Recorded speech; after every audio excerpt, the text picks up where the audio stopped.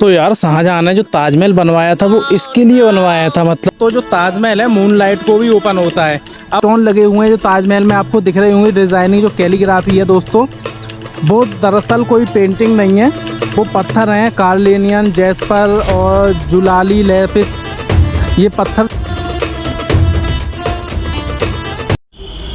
So alright दोस्तों, अभी जो मेट्रो स्टेशन है ताजमहल मेट्रो स्टेशन है, यहाँ से सीधा बाहर निकल के बगल में ही ताजमहल का एंट्री गेट है। अब हम यहाँ से एंट्री करेंगे ताजमहल के लिए, ये एंट्री गेट है यहाँ पे। ऑलराइट दोस्तों, अब मैं आ चुका हूँ ताजमहल की पार्किंग तक की है। जो पीछे आप गाड़ी देख रहे हो मतलब इलेक्ट्रिक व्हीकल, अगर आप लोग चलने में असमर्थ हो, आप चल नहीं सकते, तो जो मेट्रो स्टेशन है ताजमहल का, वहाँ से इस पे आ सकते हो। पर पर्सन 20 रुपये किराया है जो कि आपको पार्किंग तक छोड़ेगा।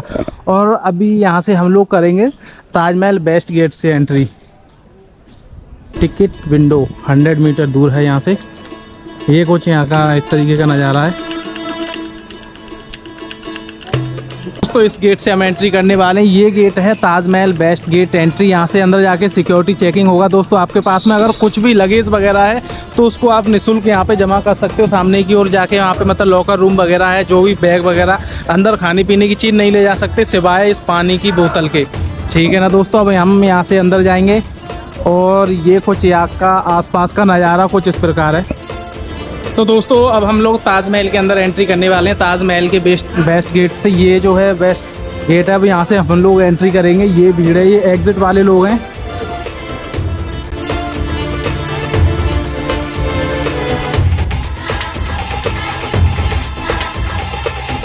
तो दोस्तों मैं आपको एक मतलब बहुत ही मिस्ट्री जैसी कुछ चीज़ समझ लो उसको, एक चीज़ मैं आपको दिखाता हूँ अबाउट ताजमहल।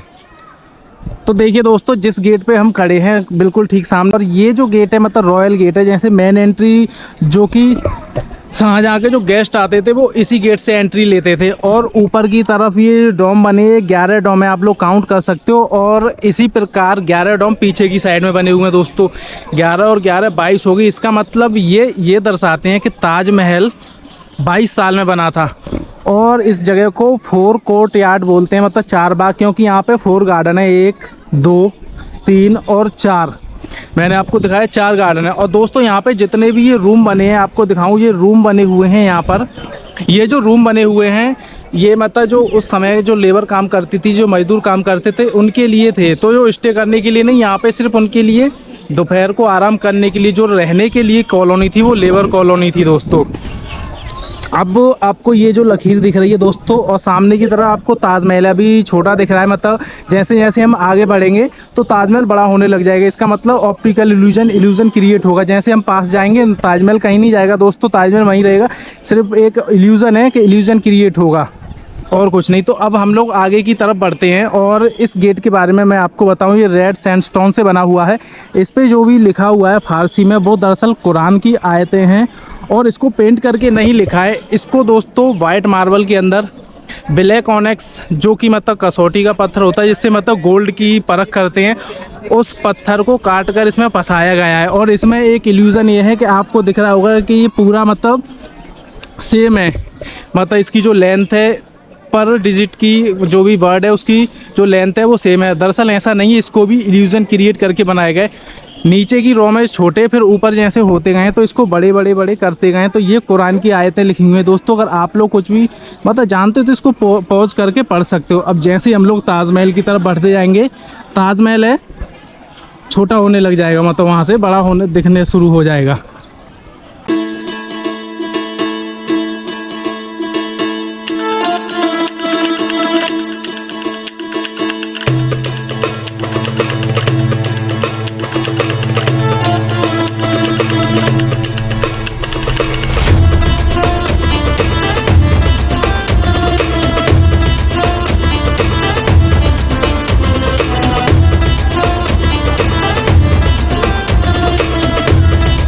दोस्तों ये है यहाँ का बेस्ट सेल्फी पॉइंट। और एक दूसरा सेल्फी पॉइंट है वो यहाँ से आगे है। अभी मैं आपको आगे की ओर लेकर चलता हूँ। यहाँ से अगर आप लोग फोटोज ले तो शायद काफ़ी अच्छा आएगा। दोस्तों ये जिसका जो मेन एंट्री गेट था वो सेम पीछे से भी उसी तरीके से बना हुआ है जैसे कि जिसमें एंट्री गेट था। और यहाँ पर दोस्तों मैं आपको बताऊँ 16 गार्डन है और 53 फाउंटेन है। इसका मतलब ये दर्शाते हैं कि ताजमहल 1653 ईस्वी में बनकर कंप्लीट हुआ था। जो 16 गार्डन है वो दोस्तों ऐसे 4 ये हैं इसके पीछे, फिर सेम ऐसे ही इसी तरीके से, और 15 गार्ड और जो 53 फाउंटेन है वो कुछ इस प्रकार हैं, आपको दिख रहे होंगे। और सामने की ओर beautiful one of the best piece जो कि है Taj Mahal, the symbol of love, crown palace बोलते हैं इसको दोस्तों। और धूप थोड़ी ज़्यादा हो रही है यहाँ पर दोस्तों। जो ताजमहल आपको दिख रहा है, जैसे कि इसके बगल में मतलब 4 मीनारें हैं दोस्तों। आपको दिख रहा होगा कि ये जो मीनारें हैं मतलब चारों एक से छोटी हैं। जैसे मैं आपको दिखाऊं कि जो मीनारें आपको आगे की बड़ी दिख रही होंगी और पीछे की इनसे छोटी दिख रही होंगी, तो दरअसल ऐसा नहीं है।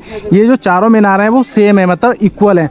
और ये चारों मीनारें सीधी नहीं खड़ी हैं दोस्तों, ये बाहर की तरफ में इनका झुकाव है। वो क्यों है कि अगर अननेचुरली कोई भी मतलब विपदा आपदा पड़ती है, मतलब या कोई भूकंप अर्थक्वेक वगैरह आता है, तो ताजमहल पे अगर ये मीनारें गिरती हैं तो साइड में गिरें, जो मेन गुम्बद बना है उस पर ना गिरें।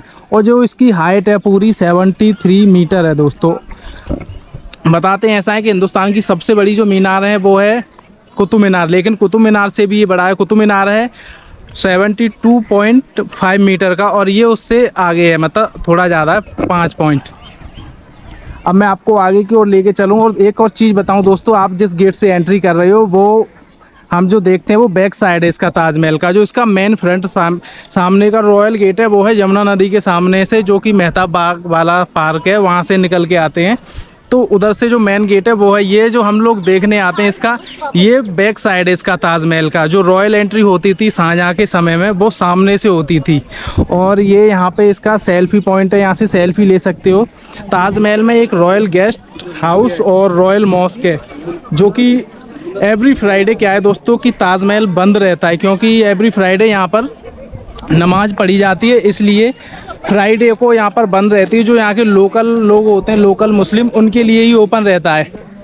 और वो भी उन्हीं को आईडी दिखा के जब ही आने देते हैं, अदरवाइज़ उनको अंदर नहीं आने देंगे यहाँ पर। और ये फाउंटेन है यहाँ पे, बड़ा सुंदर सा दृश्य है।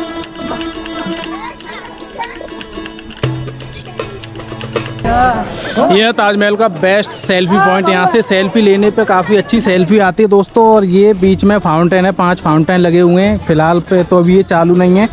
आपको एक चीज़ बताऊं, जो आपको इधर और ऐसे सामने की तरफ में ये वाटर टैंक है। उस समय पे मतलब यहाँ पे कोई भी इलेक्ट्रिक ऐसी चीज़ नहीं थी जिससे इलेक्ट्रिक की वजह से मोटर वगैरह की ये फाउंटेन चले, तो वहाँ पर पानी को स्टोर करके रखा जाता था। और ये जो थी दोस्तों, ये नहर है, ये जो मैं आपको दिखाऊं, ये उस समय पर तो इसमें पानी छोड़ा जाता था, ये फाउंटेन चलते थे। अभी के टाइम पर क्या है कि ईच फाउंटेन के पास में एक छोटी सी टंकी है, इससे पानी का फ्लो बनता है, तो अपने आप ये पानी प्रेशर से मतलब बाहर निकलता है। और सामने की ओर आप लोग देख ही सकते हो कितना ब्यूटीफुल। और अभी ताजमहल पे कुछ इस प्रकार की भीड़ है।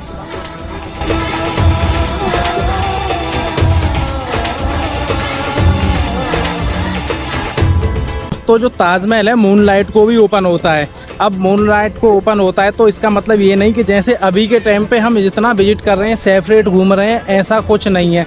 मूनलाइट के दिन मतलब जो रात में मूनलाइट वाले टाइम पे दोस्तों, इसमें जो जितने भी मतलब स्टोन लगे हुए हैं जो ताजमहल में आपको दिख रहे होंगे, डिज़ाइनिंग जो कैलीग्राफी है दोस्तों, वो दरअसल कोई पेंटिंग नहीं है, वो पत्थर हैं। कार्लिनियन, जैस्पर और जुलाली लेपिस, ये पत्थर थे दोस्तों। कुछ पत्थर को चाइना से और कुछ को जैस्पर को जैसे कि पंजाब वगैरह से लेके आया गया था। और जो वाइट मकराना है इसको लेके आया था दोस्तों मतलब राजस्थान से। 3000 हाथियों की मदद से ये जो सारी चीज़ मटेरियल थी इसको यहाँ पर इंडिया में लेके आया गया था। और जो मूनलाइट वाले दिन ताजमहल ओपन रहता है, तो जो वहाँ पर इसका जो फर्स्ट एंट्री गेट है रॉयल गेट, सिर्फ वहीं तक रहता है। 15 मिनट में दोस्तों आपको विजिट करा दिया जाता है और यहाँ तक आने की परमिशन नहीं रहती उस टाइम पर। ना आपको कोई फ़ोटो वगैरह, मोबाइल वगैरह, सब कुछ आपका जमा कर लिया जाता है। मूनलाइट में जब टिकट होती है तो दोस्तों उसकी 500 की टिकट होती है। उसका मेरे को ये अंदाज़ा तो नहीं है कि कितने की होती होगी, क्या मतलब वेबसाइट क्या है उसकी, जो होगी मैं आपको मेंशन कर दूंगा। लेकिन 15 मिनट के बाद में आपको वहीं से जो गाइड होता है वो बैग लेकर चला जाता है, क्योंकि 50-50 लोगों का ग्रुप होता है। उसी ग्रुप में आपको मूनलाइट वाले टाइम में, और उस समय जब चाँद बिल्कुल ठीक होता है इसके ऊपर ताजमहल के, तो इसके जो स्टोन है वो मतलब चमकते हैं दोस्तों, इस पर एक रिफ्लेक्शन पड़ता है। और बताते हैं ताजमहल दिन में 3 बार मतलब रंग बदलता है। सुबह के टाइम में पिंक, और दोपहर को दूध या सफ़ेद, और शाम को गोल्डन जैसा कलर हो जाता है इसका जो सनसेट के टाइम। दोस्तों ऊपर जाने के लिए इसके लिए अलग से टिकट लगती है। अभी जो मैंने टिकट ली है वो सिर्फ यहाँ तक के लिए, इसके ऊपर जाने के लिए अलग से 200 रुपीज़ की लेनी पड़ती है, जो कि मौज़ोलियम मकबरे को देखने के लिए देनी पड़ती है। और जो लोग जो पैसे मतलब 200 रुपये दे के हम जो शाहजहाँ की जो कब्र देखते हैं, दरअसल वो डुप्लीकेट कबर है। असली कबर इसकी 30 फीट नीचे अंडरग्राउंड बेसमेंट में बनी हुई है। लेकिन असली कबर देखने के लिए दोस्तों आपको इसके लिए वेट करना होगा, क्योंकि जब शाहजहाँ की डेथ एनिवर्सरी होती है तो ये ताजमहल फ्री रहता है। 50 रुपये वाली टिकट भी नहीं लगती और 200 रुपये वाली टिकट भी नहीं लगती। उस समय पे जो असली कवर होती है शाहजहाँ की उसको ओपन किया जाता है। अभी जो आप पैसे दे के जाओगे तो उसको मतलब 200 रुपये दोगे तो जो ताजमहल में जो शाहजहाँ की कब्र है वो नकली कब्र देखी जाएगी दोस्तों। सो राइट दोस्तों, अगर आपको अंदर जाना है मतलब मेन कब्र देखने के लिए शाहजहाँ और मुमताज़ की, उसके लिए आपको 200 रुपीज़ का सेपरेट टिकट लेना पड़ेगा। ये जो 50 रुपीज़ की टिकट थी वो सिर्फ यहाँ पे मतलब घूमने के लिए थी, और अंदर मकबरे को देखने के लिए जो टिकट प्राइस आपको पे करना होगा उसके लिए आपको 200 रुपये अलग से पे करना पड़ेगा। और ताजमहल दोस्तों चारों तरफ से एक सेम जैसा ही दिखता है। और अभी जिस जगह पर हूँ दोस्तों इसको बोलते हैं रॉयल मॉस्क। एवरी फ्राइडे यहाँ पर मतलब ताजमहल जब बंद रहता है तो यहाँ पर मतलब नमाज अदा की जाती है। तो सभी के लिए, फॉर टूरिस्ट और कहीं के सभी लोगों के लिए ताजमहल बंद रहता है। यहाँ के सिर्फ लोकल लोग ही मतलब आईडी दिखाकर आ सकते हैं, ओनली आईडी दिखाकर। अगर आप लोग भी मुस्लिम हो और आप भी आना चाहते हो दोस्तों, यहाँ के सिर्फ लोकल आईडी होनी चाहिए, जब भी आप यहाँ पर अंदर आकर नमाज पढ़ सकते हैं। और अभी मैं आपको दिखाने वाला हूँ ताजमहल का जो फर्स्ट फ्रंट गेट है, जो हमने अभी देखा जहाँ से एंट्री की थी वो इसका बैक साइड गेट था, बैक गेट था। जो इसका रॉयल गेट है जहाँ से शाहजहाँ आते थे, उनके जो गेस्ट वगैरह आते थे वो किस गेट से आते थे, तो वो नदी के जो पार वाला गेट है उधर से आते थे। ये गेट है इस नदी के पार से। और आपको बताऊं ताजमहल कोई रहने की जगह नहीं थी, ताजमहल एक कब्रिस्तान है, एक मकबरा है। सिर्फ यहाँ पे मतलब घूमने के लिए आते थे। और जो शाहजहाँ मुमताज़ वगैरह जो लोग रहते थे वो रहते थे लाल किले में। उसका लाल किले का भी ब्लॉग मैंने बनाया था दोस्तों, वहाँ पर आपको सारा कुछ एक एक डिटेल बताया, जहाँ पर मुमताज़ का और शाहजहाँ का बेडरूम भी था। अब यहाँ से आपको दिखाता हूँ, ये वो नदी के, ये यमुना नदी है, नदी के ठीक सामने है मेहताब बाग, जो यहीं से इसकी मेन एंट्री थी उस समय पर। जो ताजमहल में अगर कोई भी बंदा आता था, पहले शाहजहाँ के गेस्ट आते थे तो उनके लिए सिर्फ यहीं से आते थे। यहाँ पर एक चबूतरा था जो कि बढ़ती नदी में पानी की वजह से, यमुना में जितना पानी बढ़ा तो वो ख़त्म हो गया। जो चबूतरा था वो मतलब नीचे की तरफ दब गया। और सामने जो शाहजहाँ के, आपने सुना होगा एक मिथ के शाहजहाँ अपने लिए ब्लैक ताजमहल बनवाना चाहता था, उस जगह पे उसने वो जगह डिसाइड की थी। लेकिन वहाँ पे ब्लैक ताजमहल का कोई फाउंडेशन नहीं था, सिर्फ वहाँ पे एक तालाब की अवशेष थे जहाँ से ताजमहल को मूनलाइट में देखा जा सकता है।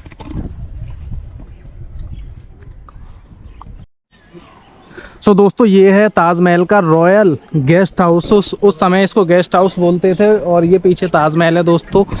यहाँ पे जो भी जितने भी गेस्ट थे शाहजहाँ के वो इसी में आया करते थे। और जो पीछे दिखाया मैंने आपको वो मॉस्क थी यहाँ की, मतलब एवरी फ्राइडे वहाँ पे नमाज अदा होती है। ताजमहल जो बना हुआ है, इसका जो बेस बना हुआ है फाउंडेशन, वो एक लकड़ी की मदद से ये पूरा ताजमहल है जो कि डटा हुआ है। जो लकड़ी पानी की नमी से मतलब पावरफुल फौलादी बनती है। और पूरा ताजमहल व्यू मतलब फुल व्यू में दिखाऊँ कुछ इस प्रकार दिखता है दोस्तों।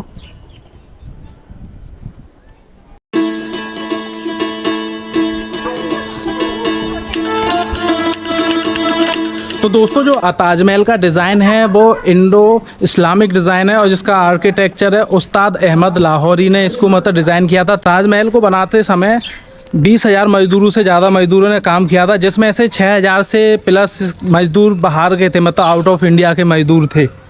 और ये ताजमहल का मतलब सबसे बेस्ट पार्ट है।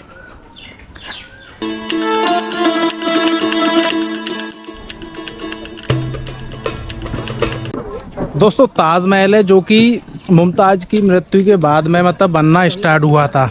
जो मुमताज़ थी शाहजहाँ की सबसे प्रिय वाइफ थी, और 14वें बच्चे को जन्म देते वक्त मुमताज़ की मृत्यु हो गई। तो उसने मतलब शाहजहाँ से 3 मतलब बातें बताई थी, मांगी थी ऐसी कस्में कि मेरे मरने के बाद आप एक ऐसा मकबरा बनवाओगे जो कि मतलब विश्व विख्यात हो। और दूसरी चीज़ दोस्तों उसने कहा था कि मेरे मरने के बाद तुम कभी शादी नहीं करोगे दोबारा। तो मुमताज़ के मरने के बाद शाहजहाँ ने फिर कोई शादी नहीं की उसके बाद में। और ये सफ़ेद संगमरमर ताजमहल बनवा दिया। दोस्तों शाहजहां ने ताजमहल को 1648 ईस्वी में ही कंप्लीट करवा दिया था, लेकिन 1648 में सिर्फ ये वाइट मार्बल का जो गुम्बद है, ये मकबरा है, यही कंप्लीट हुआ था। और 5 साल इसके लिए फिनिशिंग की, इसके जो पार्क वगैरह और भी चीज़ जो फिनिशिंग थी उसमें कंप्लीट करने में लग गए थे। तो यार शाहजहां ने जो ताजमहल बनवाया था वो इसके लिए बनवाया था, मतलब मुझे ऐसा पता होता तो मैं ताजमहल देखने नहीं आता। तो मेरी व्हाट्सएप यूनिवर्सिटी के पढ़े लिखे गवार बच्चों, मैं आपको बता दूं, जिसका फ़ोटो आप लोग इंटरनेट पे वायरल कर रहे हो, दरअसल वो फ़ोटो मुमताज़ का तो है ही नहीं।